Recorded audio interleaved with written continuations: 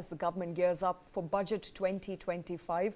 Unemployment concerns are weighing heavy on Asia's third largest economy, India. India faces a critical challenge with rising unemployment and experiencing its slowest growth in at least last 4 years. As Finance Minister prepares to present Union Budget on 1st of February, industry stalwarts say that addressing job creation must take priority.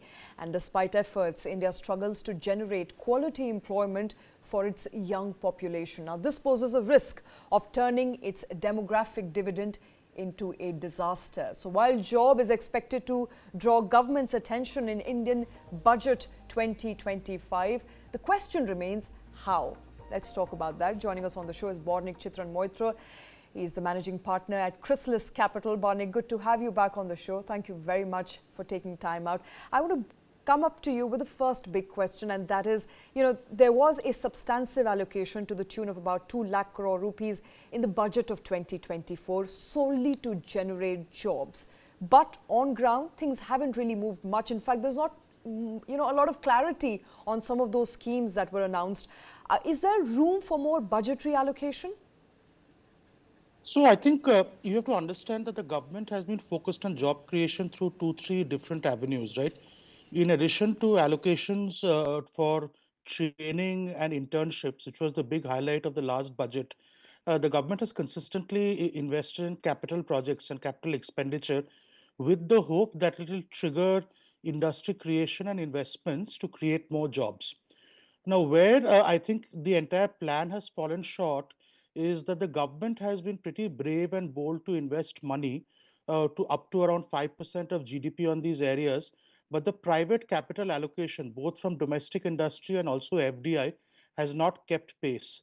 So the fundamental challenge remains the same. How do we create more industries, notably job creating industries like manufacturing and services? And more importantly, how do we attract private capital to create these industries, because without the absence of private capital, the government capital can only be a catalyst to creating these jobs, right? You cannot just create it through internships or public capital expenditure. Absolutely. And in order to attract that private capital, we know that there were employment-linked incentive schemes, at least 3 of them announced in the budget last year. The details on operation, however, were not clear. These ELI schemes were expected to last for 2 fiscal years, but so far, end of fiscal year 2025, we are not really seeing some of these details really emerging. And therefore, the numbers are not translating on ground, Barnik. No, I completely agree. So if you look at, and again, as any investor, right, and even a corporate in India, the entire thesis for either capacity expansion or venturing into a new industry will be based on the fundamental economics of the investment and the IRR of the investment. Any government schemes, whether they be ELI schemes, and there has been a lot of discussion on other schemes like PLI and all of that, which I've also taken forth, can often only be the cherry on the top, right, for any such business cases. Now, fundamentally, what we've seen is people don't have enough confidence either in their business plans or in the sectors they are operating to make the big investments needed to create jobs. Now, if you look at, again, one important metric I track is FDI investment into India. Even if you could look at gross investments, it's been stuck anywhere between $5 to $7 billion a month, right? And has been range bound at this number for the last 3 fiscals. In fact, if you look at the last peak we had in July 2020, where nearly $19 billion of FDI happened in a single month, we've never seen that over the last 3 years, right? So again, there can be many schemes, right, which encourage people to create jobs or encourage people to invest in manufacturing. But if the fundamental business case on a risk-adjusted basis does not make sense, it's very hard to expect people to invest money into either job creation or capital projects or industries without the entire case for the full investment coming back. So I think the challenge for the government, which is a holistic challenge in the budget, is how do you ensure that the public investment actually crowds in private capital, which has been the bet over the last 3 years, but we've not seen it. And more importantly, I think we are also headed towards a little bit of a perfect storm where questions of a slowdown of economy, which is, I think we've grown at the slowest rate in the last fiscal, but that is also compounded by news on consumption slowdown, export slowdown, is not giving much confidence to corporate India or foreign investors that this is the right time to invest in the economy. You know, so this is like a chicken and egg situation. Obviously, there is consumption slowdown, but at the same time, more job generation will mean more money in hands of people, and therefore perhaps more consumption. So, you know, the private capex will have to come in at some point or the other. But I think one of the concerns of government this time around will also be formalization of the job market. A substantive number of people who are currently working, are employed, are in the informal sector, and hence, you know, very little to nothing to account for when it comes to how many jobs that are being created on ground. What exactly will the government do and can do to formalize more people, because that continues to be a headache, a formalization of job market? See, I think the trend on formalization, unfortunately, is headed in the wrong direction. India has always been a very large informal economy with 85 to 88% of the total employment being in informal sectors. Even if you look at service sectors, the rise of the gig economy and a lot of the jobs which are getting created either in the technology world, the food delivery world, or in the startup world, a lot of them are actually gig workers who in an ideal world would have been white collar jobs, right? But have become blue collar jobs given the kind of informal nature of the employment. So I think the government has to really, I think it's a little bit of a carrot and stick, right? It's very hard to expect investors or corporates to formalize jobs, right? Because with formalization comes additional costs in terms of statutory requirements, which often holds people back. I think you have to work on many areas. First is, I think, labor law reform, which has been a fundamental panacea for job creations and creation of manufacturing units in India, needs to be relooked at. There was some momentum in this in the second part of NDA 2, right, where some states had stepped forward and were proactively modifying the labor code. Over the past 2 or 3 years, I think that pace of momentum has slowed down. Unless there's confidence that India is now working in a 21st century labor code, I think the intent of people to hire people formally on roll will continue to be low.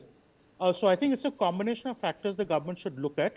Budgetary allocations and incentives are one part of it, but more structural reform in the labor code and other structural reforms which encourage people to set up either high-scale manufacturing facilities or invest in services sector, Right. which should receive a fillip given the weak rupee is an imperative. So again, All it's right. not just I want about to budgetary allocations, absolutely but looking at reform. Yeah. Staying on with you know, the informal economy. You mentioned gig workers, and that's been an important conversation over the course of last 1 year.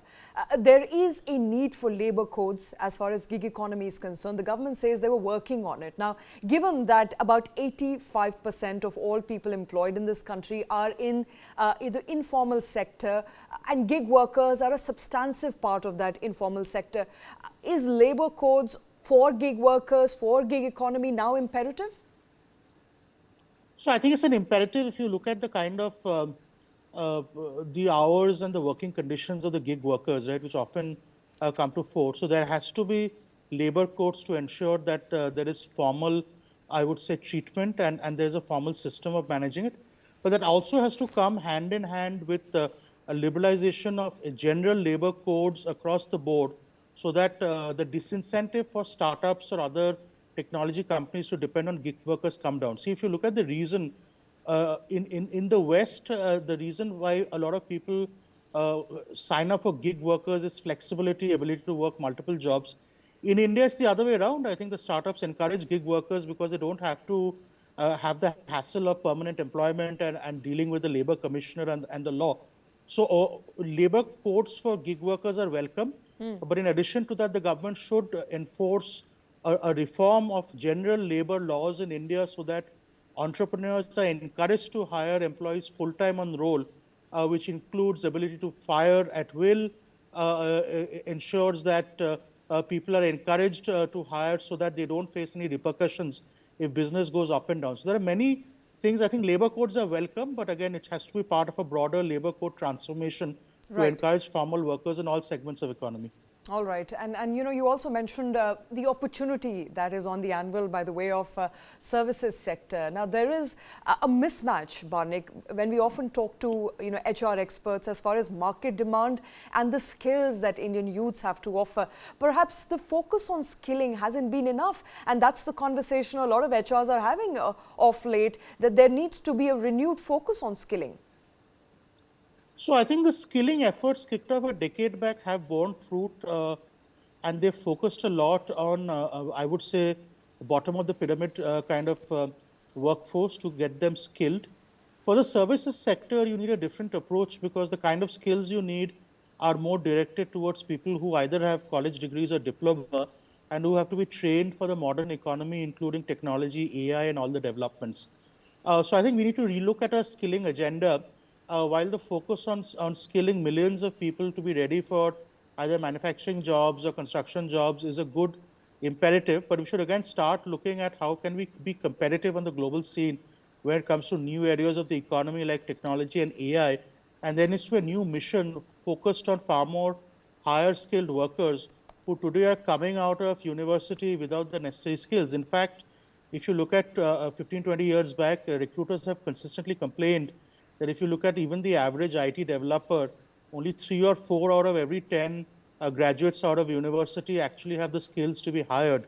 So I think there is a silent epidemic there. People who are being produced by universities, training institutes do not have the necessary skill sets to survive in today's job market. There has to be investment by the government. More importantly, private sector players also have to step in to educate the skilling program on the kind of skill sets they require in India for them to focus on these opportunities. And we should look at opportunities like this, whether it be in AI and automation, as opportunities for India, because India will be the last to adopt these technologies locally, given that we still have a large labor force which is relatively inexpensive. But this is an opportunity for us to create and support products and services for developed economies where these technologies are actually getting adopted at scale. So this is an opportunity for India. I think it would be great if the finance minister can create the necessary budgetary allocation, but also the incentive structure for a private-public partnership to focus on skilling for more higher skilled workers. Right. In fact, you know, just a quick takeaway from the India Skills Report of 2024, it highlights that about 50% of youth, employable youth with the requisite qualification don't necessarily have the requisite skills. So there is clearly a mismatch there as far as skilling is concerned. Let's quickly also focus on manufacturing jobs, because that is going to carry on its shoulders the opportunity and the responsibility of driving job growth in India. Do you see any increase in expected capex allocation to drive job growth? But you know, there is a conversation here that even as capex has been rising year on year to about 11 lakh crore rupees in budget of 2024, the utilization has not been to its 100%. So therefore, that is also one of the reasons why perhaps not many jobs were created. But given that government's priority will be to give fillip to job creation, are you looking at a greater capex allocation? So for me, I think, Shweta, you hit the nail on the head when you talked about utilization. I think the larger issue is not allocations. At nearly 5 to 6% of GDP, if you look at the full allocation for capex, which is including manufacturing, also includes infrastructure projects, India is one of the largest allocators of capital on paper to job creation and infrastructure and manufacturing creation. The challenge has been utilization, and the challenge has been twofold, right? One is the kind of regulation and the conditions which surround the utilization and the dispersal. And I do not fault the government with setting stringent norms. If you look at the entire fiasco around FAME subsidies, there were a lot of misuse, a lot of disuse, and a lot of cheating. So some of those guardrails have to be put in place. But I think the government should have even a better system to look at credible investors and credible companies to see if you can expedite the allocation of capital. So for me, it's not the absolute allocation, but the dispersal and the requirements which industries have to meet to be eligible for it. So a lot of industries look at these schemes and say that, listen, it's fine that if we start drawing down capital from these schemes, but what about the kind of regulation and the future regulation and the enforcement which comes about when we are actually participating in these schemes? So there's still reasonable trepidation on what happens if industry participates in schemes like that and they miss a few targets on a genuine basis, because the government tends to be heavy-handed on everyone, people who deliberately misuse versus people who may have missed a few parameters. So Right. there's a fundamental relook at the criteria and the enforcement. I don't think there is any need for greater allocation, because the Honorable Finance Minister has been generous in allocating to infrastructure projects and manufacturing projects. We have to look at the entire conditions, other reform, including labor, which talked of land acquisition, local state regulation. I keep looking at the ease of doing business, right? And that's an important metric, because that's what drives private capital. Even where we have made progress there, but we are nowhere close to the top 20, 25 countries of the world when it comes to ease of doing business. In the absence of significant transformation in that, we can allocate as much as capital as we want, but I think there will still be trepidation on people to use that, and more importantly, bring their own capital to the party when it comes to investing on that. So again, I would see the government actually announce better schemes in terms of the utilization, maybe relaxation of a few norms. Maybe we create a different channels. Maybe there's a green channel for larger, Right. more credible investors who are bringing in real capital with lesser scrutiny and more, I would say, liberal approach, and more stringent channel to lesser credible investors. So there needs a new approach. I think just allocating more money, as we've seen, will not do the job, because we don't see a utilization of those funds. All right. Before I let you go, there were a slew of schemes announced in budget of 2024. One of them was the internship scheme, expected to give internships to about 1 crore youth over the course of 5 years. Throughout the year, we saw a lot of clarifications coming in, private companies coming up with a lot of questions as to why and how the government will support it. But so far, not much has moved on ground. Do you think the internship scheme is here to stay? Perhaps the government needs to provide more clarity on why should private players actively participate and take on the burden of giving internship to these youths?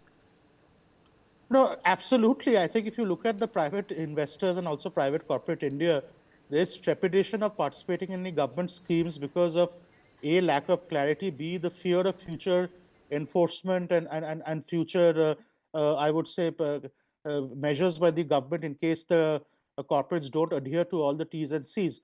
To be fair, I have spoken to a few industries. I think the challenge we have is we announce these big policies, and then all the detailed framework behind it, and I would say the regulation of that is not often clearly mentioned. And then the government takes its own sweet time to issue clarifications, right? So I think there needs to be a better approach for the government to announce these schemes, wider consultation with private bodies, and having a year-long framework where at least there is 3-4 months of work which happens before announcing schemes, where actually industry input is taken and industry is brought on board, saying that this is what industry will do, this is what we will do, and here is how we'll administer the scheme, has to happen before the budget. I think the government is very happy to announce big schemes, then a quarter is taken to issue the guidelines, then there is 2-3 quarters of clarifications, and then we come to the next fiscal with less than 10% utilization of the scheme. We have to break out of this cycle and ensure that policy announcements happen more through the year with consultation. Right. Maybe the budget is a time for doing the budgetary allocation and not just announcing new policies for people to participate. All right. I think a lot of people, youth and young people, will be looking at budget for some sort of relief as far as employment opportunities is concerned. Barnik, thank you very much for taking time out. Thank you for joining us on the show.